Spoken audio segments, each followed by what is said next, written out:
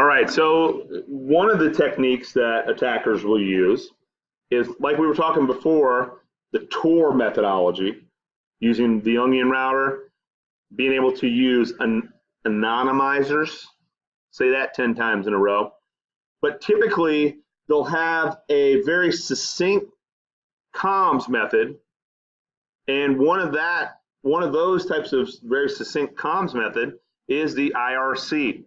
Now, maybe you've used this before in the past, but essentially it gives us a direct computer-to-computer connection so we can invoke commands.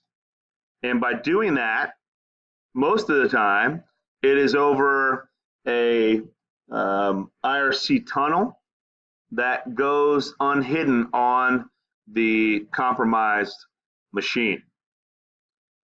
So if we're able to control machines remotely and invoke commands to do nefarious things like the distributed denial of service attack, we can send out an IRC message out to our botnet, and that botnet has to respond because we are in the command and control of that botnet. So it's C2 node of that botnet. So what types of things come underneath the umbrella and can be controlled by Internet Relay Chat? We talked about service requests earlier and SYN flood attacks and ICMP flood. So exploiting troubleshooting on the network, any type of peer-to-peer attack, or a permanent denial of service, which we'll talk about here in a second. And then an application flood level attack, or an application level flood attack. So you're actually seeing now there's a vendor that has become very successful with application level flood attacks called cloudflare. Cloudflare. You guys heard of them before?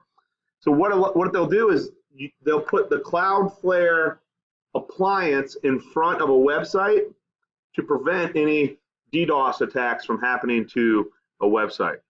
So if somebody's trying to directly affect the availability of a website, you can transfer risk of the denial of service attack over to a company like Cloudflare, and they'll take that risk on and mitigate that denial of service attack for you.